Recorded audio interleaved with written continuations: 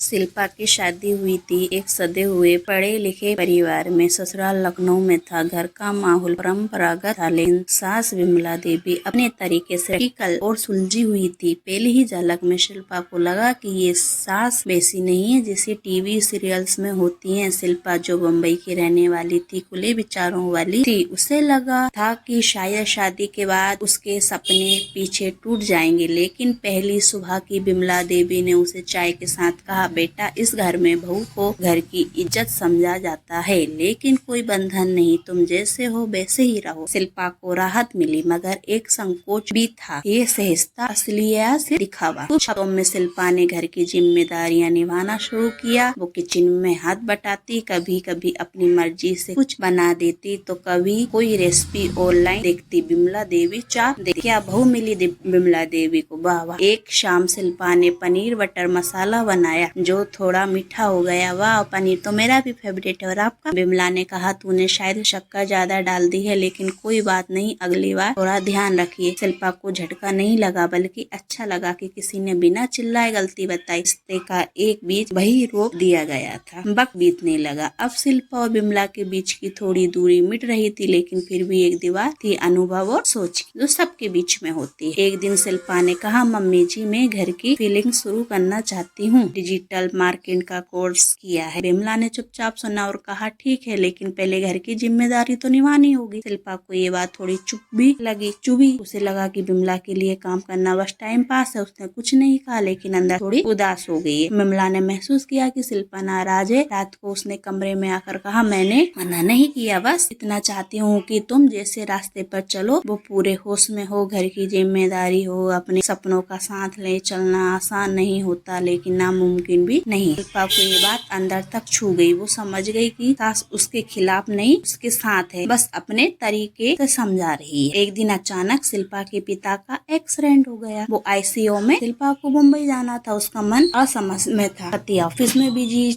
बेटा छोटा और साथ उम्र राज मतलब ज्यादा बड़ी थी। विमला ने उसका सामान पैक कर लिया और कहा, बेटा, यहाँ सब संभाल लूंगी, तू निश्चित होके जा। पिता एक बार जाते हैं, वक्त मत गवा। शिल्पा फूट फूट कर रो पड़ी। उसने पहली बार विमला को गले लगाया। दोनों ने कोई शब्द नहीं कहा, लेकिन बहुत कुछ कह दिया। मुंबई में शिल्पा ने हर पल अपने पिता के साथ बिताया। जब वे वापस लौटी तो घर जस का तस मिला। बच्चा ठीक, पति संतुलित और घर व्यवस्थित। उसने पहली बार खुद से कहा, माँ तो माँ होती है, सगी हो या सौतेली, उनसे हो या रिश्ते से। एक दिन बहस हो गई।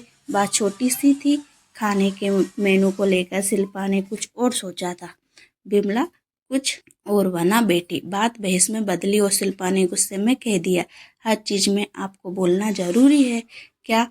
कभी तो छोड़ दिया करो। विमला चुप रही, लेकिन अगले दिन सारा काम खुद करने लगी। शिल्पा को गिल्ट होने लगा। उसने माफी मांगी, लेकिन विमला बोली, माफी नहीं चाहिए, बस ये समझ चाहिए कि हम दोनों अलग पीढ़ियों से हैं, लेकिन घर चलाना है, जीतना नहीं है। उसी दिन दोनों ने एक साथ खाना बनाया, फिर बिना कहे, बिना बहस के, और उसी दिन जो खिचड़ी बनी वो सबसे स्वादिष्ट थी। इनके यहाँ तो खाना बहुत अच्छा बनता है। आप लोगों के यहाँ भी बनता है? कमेंट में बताइए। वक्त के साथ शिल्पा का फ्रीलांसिंग करियर बढ़ा। उसने क्लाइंट्स बनाए, पैसे कमाए और घर भी संभाला। विमला उसका सबसे बड़ा सपोर्ट बन गई। एक दिन शिल्पा ने विमला के लिए एक छोटा सा सरप्राइज रखा।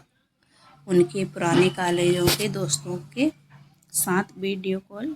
विमला की आंखों उन्होंने शिल्पा का हाथ पकड़ा और कहा, बहू नहीं, तू मेरी दोस्त बन गई है। शिल्पा ने मुस्कुराकर कहा, और आप मेरी सबसे मजबूत दीवार, जिसमें टिक कर मैंने अपने सपनों की इमारत खड़ी की है। कहानी खत्म हुई, बस एक नया अध्याय शुरू हुआ है, जहाँ सास सिर्फ सास नहीं, माँ थी, और बहू सिर्फ बहू नहीं, बेटी थी।